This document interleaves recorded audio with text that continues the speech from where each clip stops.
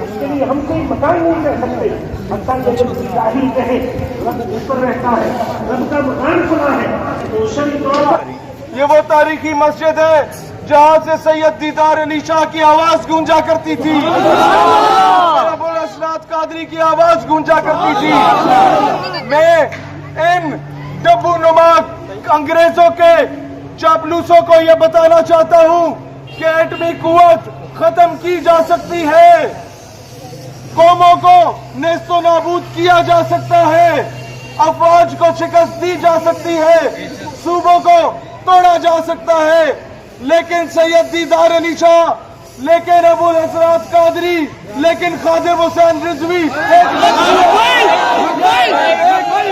یہ ایک نظریے کا نام ہے اور نظریے کو کبھی شکست نہیں دی جا سکتی.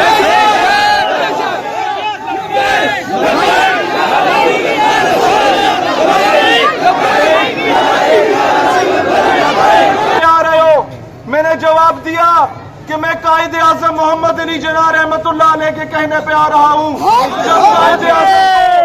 جب ان سے پوچھا گیا کہ پاکستان کو بنے جمعہ 8 دن ہوئے, تمہارا دستور کیا ہے, تمہارا منشور کیا ہے, تم لوگوں کا کانسٹیٹیوشن کیا ہے, تو قائد اعظم رحمت اللہ علیہ نے کہا, Who am I to create the Constitution of Pakistan? The Constitution of Pakistan has been created 1400 years ago. میں کون ہوتا ہوں پاکستان کا آئین بنانے والا؟ پاکستان کا آئین 1400 سال پہلے کا بن چکا ہے. یہ وہ قائد اعظم تھا جس کے ہم پیروکار ہیں, جنہوں نے غازی علم الدین کا کیس لڑا تھا.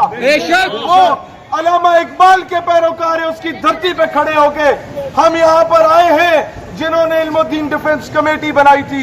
دوستان ذی وقار, یہ بات یاد رکھیے گا, اپنے اسکول کے ٹائم میں بھی یہ پڑھا تھا کہ every action is a reaction, every false narrative is a counter narrative.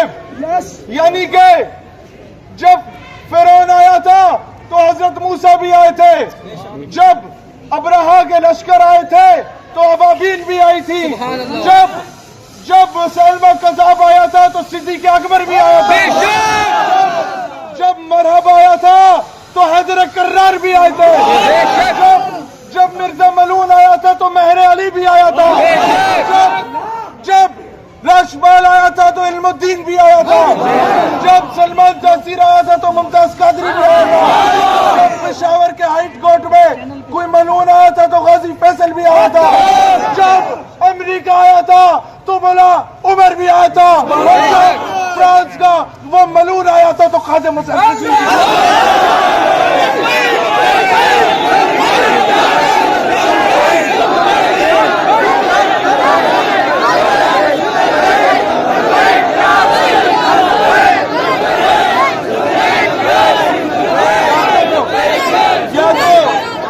یا تو نعرہ نہ لگاؤ تو در و دیوار کو پتہ چلے کون ہے.